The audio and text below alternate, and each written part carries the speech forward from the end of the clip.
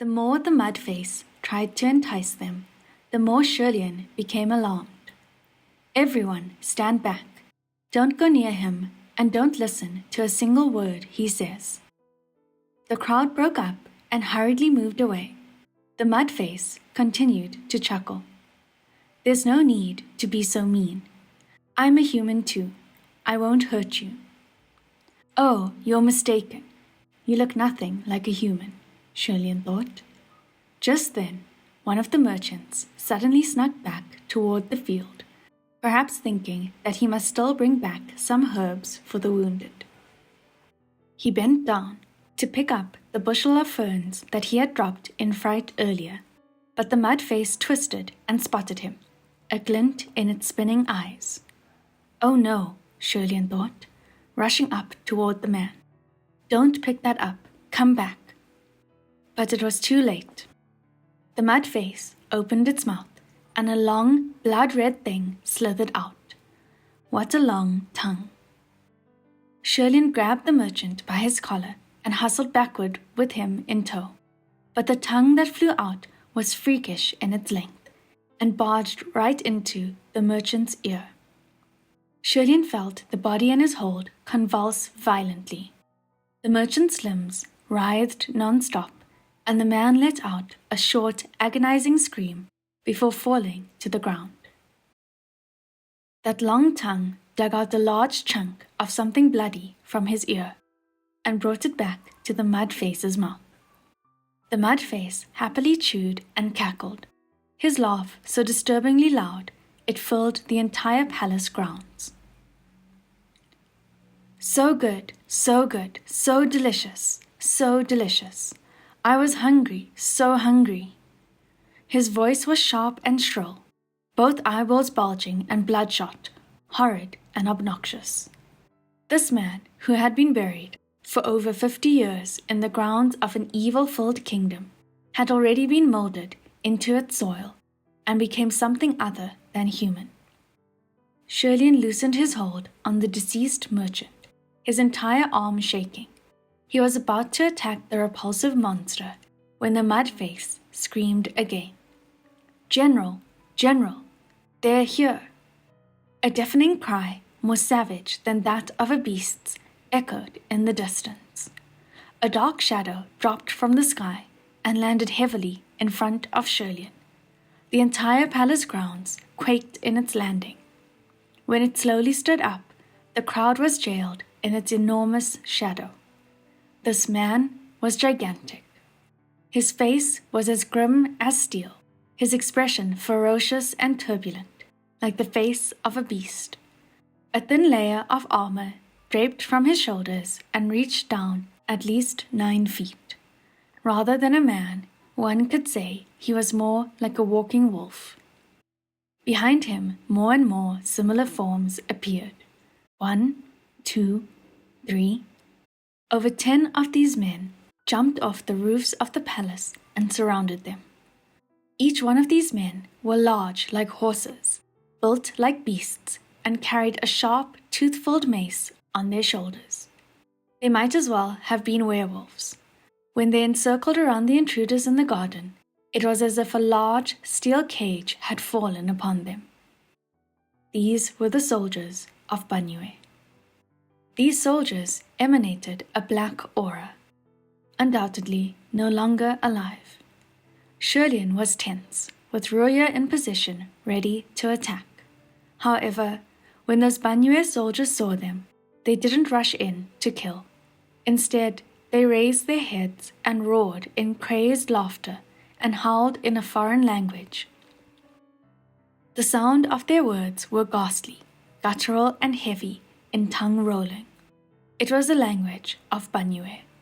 Although it had been 200 years and HuaLian had pretty much forgotten the language, he did review it with Sanlang earlier in the general's tomb, and the words uttered by those soldiers were loud, simple, and vulgar, so they weren't difficult to understand.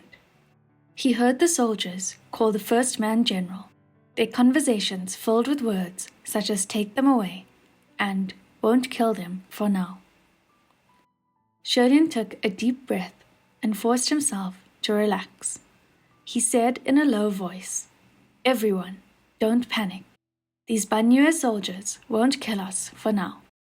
It seems that they want to take us somewhere else. Don't do anything rash. I can't guarantee that I'll be able to fight them. We'll figure this out as we go." It was clear that those soldiers would be hard to fight, each of them thicker than the next.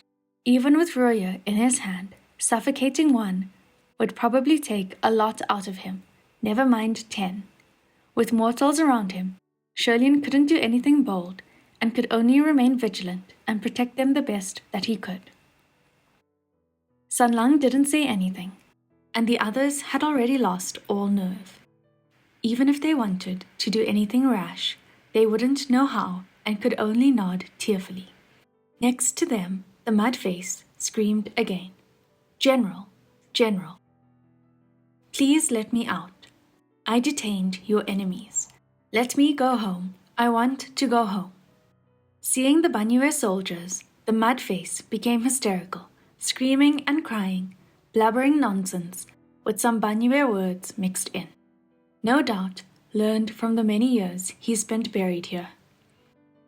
The massive 9-foot man they called General seemed to have found the squirming mud-face deeply disgusting, and swung his mace toward him, smashing his face into a bloody mess, the teeth of his mace piercing his brains. When he pulled up the mace again, the entire body was pulled out with it, fulfilling his wish to be let out. However, the body that was unearthed was not a full human body, but rather a chilling skeleton.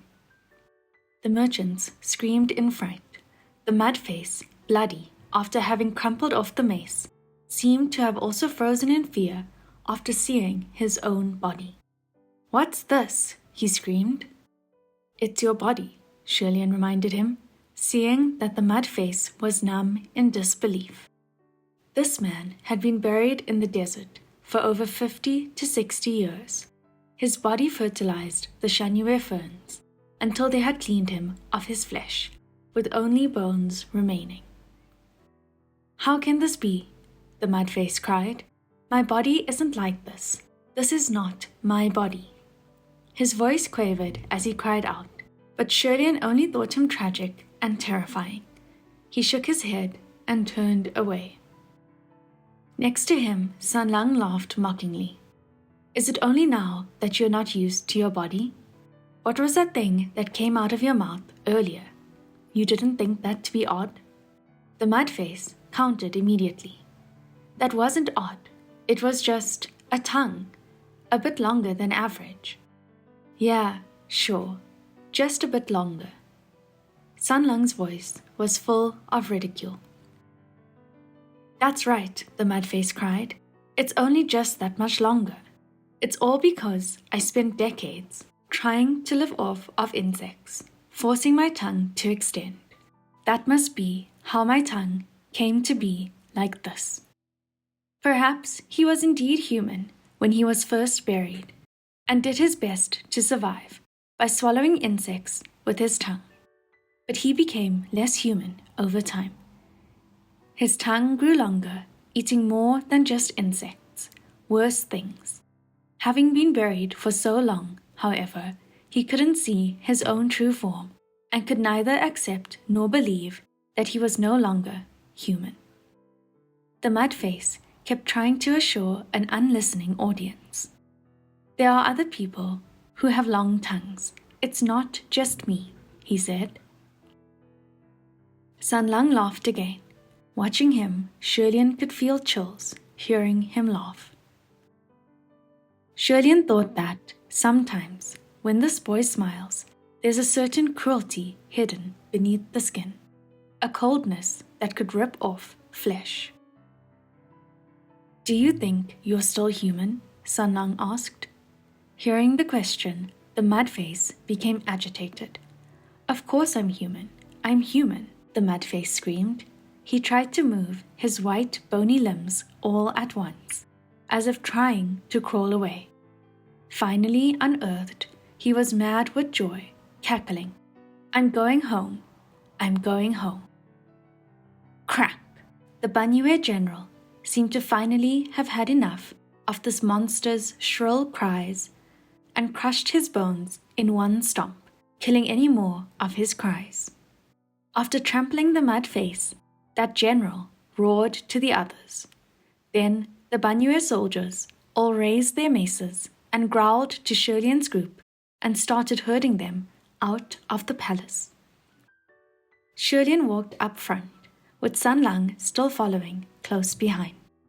Despite being ushered by ruthless Banyue soldiers, the boy's step was still light and casual, as if taking a stroll.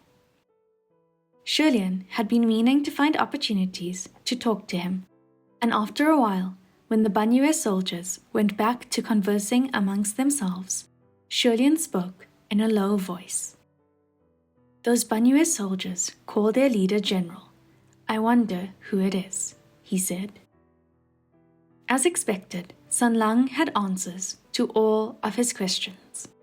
When the kingdom of Banyue fell, there was only one general. His name is Mo. Mo? HuaLian wondered at the odd name. "That's right," San Lang said. Apparently, it was because he was awfully weak when he was young and was often bullied. He rallied and built his strength, training with large stone mortar plates, and got his name thus. HuaLian rubbed his forehead and thought, so, he's a Hulk.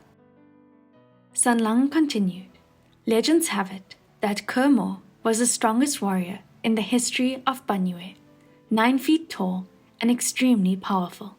He was a loyal supporter of the Gosha." "Even after death, is he taking us to the Banyue Gosha now?" HuaLian asked. "Perhaps," San Lang replied. "If there were more Banyue soldiers there, how could they escape? Who knows how Nanfeng, who had lured the other two away, was doing? The Shanyue fern was now in their hands, but how were they going to deliver the ferns to the wounded within 24 hours? All they could do now was go with the flow and adapt to any situation that arose." HuaLian walked and mulled, and noticed that General Mo had been leading them to a remote place at the far end of the fortress. When they stopped and HuaLian looked up, a colossal wall stood before them like a giant. Their destination was the Sinner's Pit. Although HuaLian had lived in the Banyue area for a long time, he rarely entered town, and had never gotten near the Sinner's Pit. Seeing it this close, HuaLian's heart started pounding. The mud-yellow walls had a set of stairs along the outside, and while climbing up to the top, HuaLian scrutinized the pit and tried to look over the depths until he finally understood why his heart was pounding. It wasn't that this was a place of torture and cruelty, and it wasn't his worry over everyone getting pushed in. It was feeling the palpitations of a very powerful array at work. There was a strong array drawn around the entire Sinner's Pit, and this array only had one purpose: to prevent the fallen from ever climbing out. That meant that even if a rope or a ladder was sent down to the pit, whoever tried to climb up from the bottom would get cut off halfway through and get thrown right back to the bottom. HuaLian impassively used the wall as support to climb up the stairs, but he was really feeling up the make-up of the wall. He found that although it looked like the wall was built with mud or concrete, it was actually a much stronger stone, and probably enforced with a layer of magic. When they reached the end of the stairs and came to the top of the pit, standing along the wall's eaves, the only word to describe the sight was awe. The entire Sinner's Pit was formed by 4 encircling great walls. Each wall was about 30 feet in length, 20 feet in height, and 4 feet in thickness. At the very top of each wall, there was nothing, neither gazebos nor railings. Within the enclosure was a deep abyss without a bottom in sight, and with the growing night, there was only blackness and a chilling smell of blood wafting in the air, coming from below. No one dared to look down whilst walking along the eaves that were tens of feet above the ground. After a while, they could see the pole that stood in the center, and atop the pole hung a corpse. It was the same one that they had spotted earlier. The corpse was of a small, black-clad girl, tattered and head bowed. HuaLian had known that this pole was used especially for hanging criminals that deserved shame and humiliation. Usually, the prison guards would strip the criminal of their clothing and hang the body naked. The criminals would die from starvation or dehydration, and after death, the corpse would be left to flail in the wind, burn under the sun, and rot in the rain. When the corpse had rotten completely through, it would fall into the pit itself, an exceedingly ugly sight. The corpse of that girl didn't seem to be rotten, so it must not have been long since she died. Perhaps it was a local girl that the soldiers had captured. To do such a vulgar thing to a young girl, HuaLian felt thoroughly disgusted. Zhao, Tian Sheng, and the others' faces turned white upon seeing the corpse and paused in their steps, afraid to go forward. Mo didn't bother pushing them onwards, but turned toward the pit and howled. Why is he howling? HuaLian wondered in his mind, but his question was soon answered. From the bottom of the dark pit came a chorus of growls in response to the howling.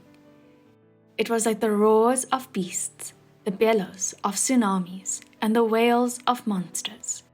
Hundreds and thousands of cries exploding in the ear.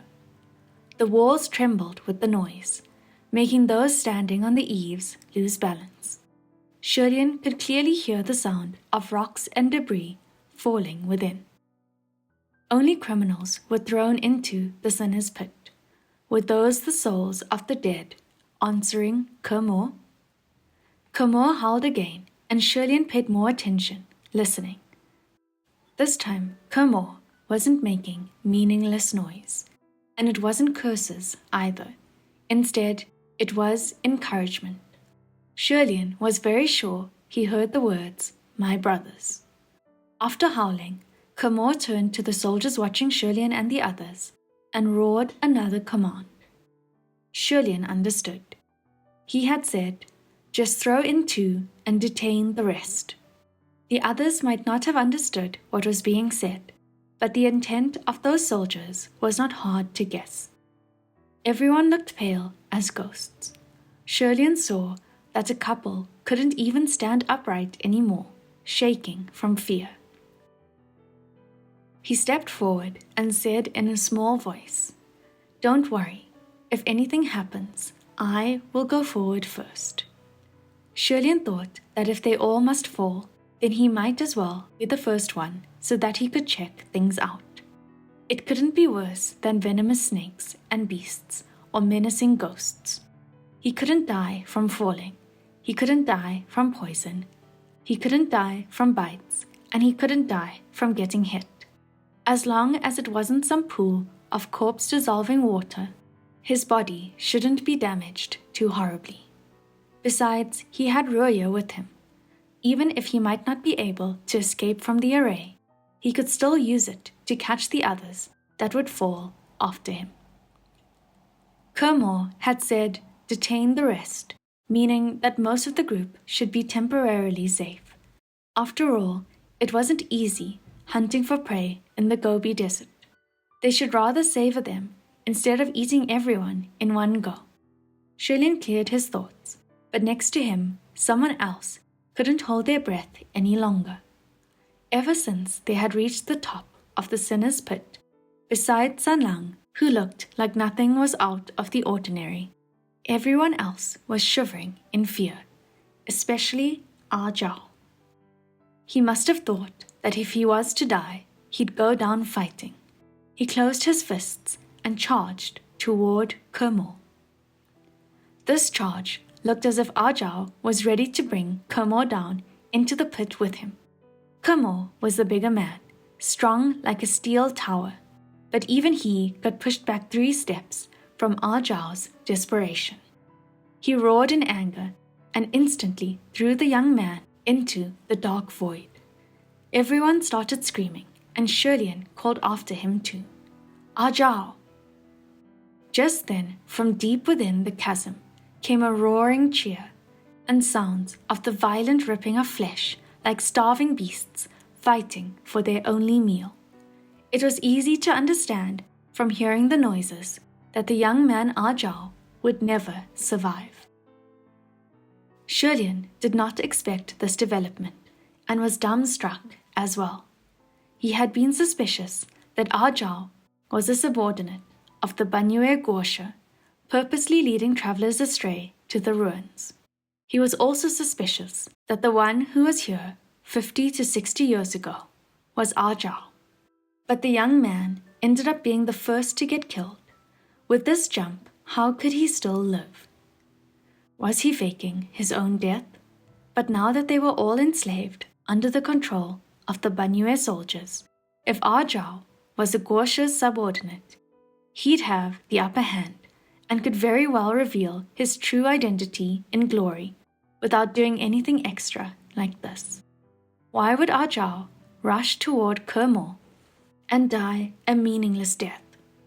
HuaLian's thoughts were in knots again, and the Banyue soldiers began searching for the next victim. Kermo sized them up and pointed at Tian Sheng. Another soldier then moved up and opened his palm, ready to push. Terrified, Tian Sheng fell to the ground on his knees and cried, "Help! Don't take me. I'm..." Without any more time to think, HuaLian stepped forward and said in the Banyue language, "Hold on, General." Kermo was shocked to hear the words from HuaLian's mouth and waved his hand, stopping the soldiers. "You know how to speak our language? Where are you from?" he asked. "I'm from the Midlands," HuaLian replied. He wouldn't have minded lying to say that he was also a citizen of Banyue, but with how rusty his fluency was, there was no way he could keep up the lie if he conversed too much. Besides, it was also obvious from his looks that he was a Midlander. Kermo's question was only from simple confusion. The people of Banyue detested liars more than anything. If HuaLian was found lying, the results would be worse. "The Midlands?" Kermo questioned. "Descendants of Yong'an?" "No," HuaLian replied. "The kingdom of Yong'an has long since fallen. There's no more Yong'an anymore." But to those of Banyue, all those who came from the Midlands were pretty much the same. They were all relatives of the descendants of Yong'an. They were annihilated by the army of Yong'an, so the moment they heard where HuaLian was from, Kermo's black face immediately flashed with rage, and many of the Banyue soldiers also started growling, cursing vulgarly at him. Their curses weren't much more than "vile Midlanders" and "throw him down," and HuaLian couldn't care less. Kermo demanded of him, "Our kingdom disappeared in the Gobi for over 200 years. You are not of our people. Why do you know our tongue? Who are you?"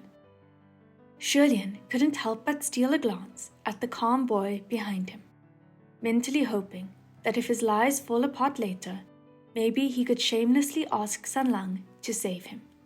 He cleared his throat and was ready to start gabbering nonsense when just then another series of enraged growls sounded from below. It seemed that whatever was down in the pit had finished ripping apart Ah Zhao, but was still hungry for more, using their cries to convey their thirst for fresh blood. Kermo waved his hand again, ready to have Tian Sheng thrown over, so HuaLian spoke up. "General, please, take me first," HuaLian said. Kermo had never heard anyone request to go first, and his eyes bulged like bells. He asked in disbelief, "You go first? Why?" HuaLian couldn't tell him the truth and say because he wasn't scared. He thought for a second and came up with a logical answer. General, those are innocent merchants. There's even a child. Ke sneered. When your army annihilated my kingdom, did you not think that we also had innocent merchants and children? The fall of the kingdom of Banyue was over 200 years ago, and since then, countless dynasties had come and gone. But they were the dead whose time had stopped. Hatred and grudges would not fade with the changing of times.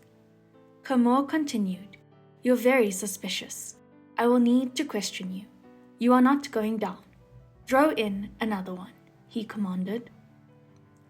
There was no helping it. HuaLian was ready to jump if all else failed anyway. Behind him, San Lang stepped forward. HuaLian's heart lurched and he turned around. With his arms crossed, the boy was nonchalantly looking over the dark, bottomless pit with an air of intrigue. This wasn't a good sign. HuaLian called out, San Lang? Hearing his call, San Lang looked over and smiled softly. It's fine, he said. San Lang took another step forward and was teetering dangerously on the edge. Both HuaLian's head and heart started pounding. He called again, Wait, San Lang, don't move. At such a height, at the brink of the pit, the boy's red clothes danced in the night breeze. San Lang glanced at him again with a smile. Don't be scared, he said. You, come back here first. Come back here, and I won't be scared, HuaLian replied. Don't worry, I'm just going to leave for a bit. We'll see each other again soon, San Lang said. Don't, HuaLian started to speak. But before he had finished, the boy took another step forward, his arms still crossed. Then, with a light leap, he disappeared into the abyss. The moment he jumped, Roya shot out from HuaLian's wrist, a stream of white flash trying to grab hold of the boy's form. Yet the drop was too swift, and Roya returned without even a sleeve corner. HuaLian fell to his knees at the edge of the wall and yelled, San Lang! There was no response, and there was no noise. After the boy had jumped, there was not a single sound.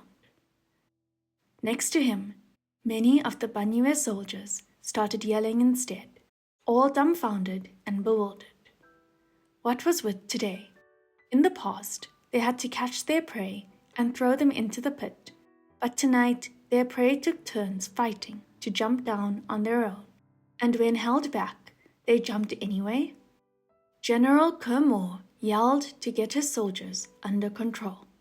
As for HuaLian, when he saw that Roya didn't catch San Lang, he didn't take the time to think before taking a leap off the wall himself.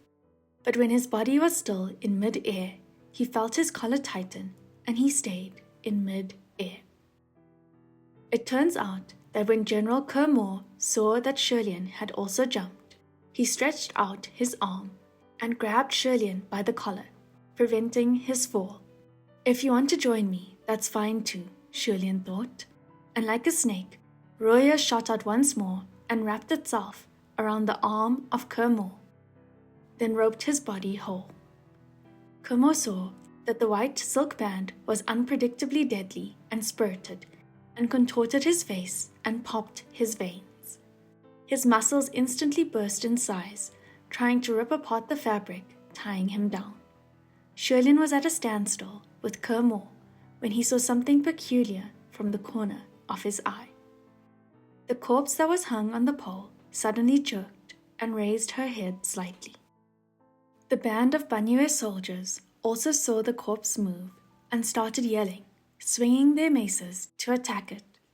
But the black-clad girl somehow untied herself and hopped off the pole, then sped over toward them. She was like a black wind blowing through the eaves, fast and wicked. The soldiers couldn't maintain their balance and soon were swept into the sinner's pit, one by one, screaming. Enraged, Kamor screamed all sorts of vulgarities at her, many of which were street slang that HuaLian couldn't understand well, but he did understand the first words. It's that bitch again. The swearing ceased in the next moment because HuaLian suddenly pulled and brought Kamor to fall into the pit with him, into the inescapable sinner's pit. Whilst falling, Kamor roared with such violence, killing HuaLian's eardrums. He had to call Roya back and gave Kamor a kick to get the general further away from him to protect his ears. Then he urged Roya to fly upward to try and grab hold of anything that could prevent him from falling further, or to grab hold of something so that when he hit the ground, it wouldn't be too painful. But the sinner's pit was not built to save, and with such a powerful array at work, there was nothing HuaLian could find to hold. He thought he was going to crater and flatten like a pancake, like he had many times before, when suddenly, in the darkness, there was a flash of silver. The next moment, a pair of hands lightly caught him. Whoever it was had caught him perfectly, as if this person was made just to catch him. With a hand across his back to grasp his shoulders, and another under his knees to support his weight, the dreadful gravity of the fall was dissolved to nothing. Still dazed and confounded from falling from such a height, HuaLian unconsciously held on tight to that person's shoulders. He called, "Sanlang." The pit was filled with darkness. Nothing could be seen, including the person holding him. But HuaLian still called that name. The person didn't respond, so HuaLian patted and squeezed his chest and shoulders, just to make sure. "Sanlang, is that you?" he asked. Maybe it was because here at the bottom of the pit, the stench of blood was heavy and disorienting, but HuaLian dazedly continued to feel up the person holding him, until he reached a strong, hard Adam's apple. He came to in shock and immediately reprimanded himself, pulling his hands back. What was he doing? "It's Sanlang, right? Are you all right? Are you hurt?" he asked. It took a moment before he heard the boy's low voice from somewhere very close to him. "I'm fine," he said. For some reason, HuaLian felt that this voice was curiously different than before.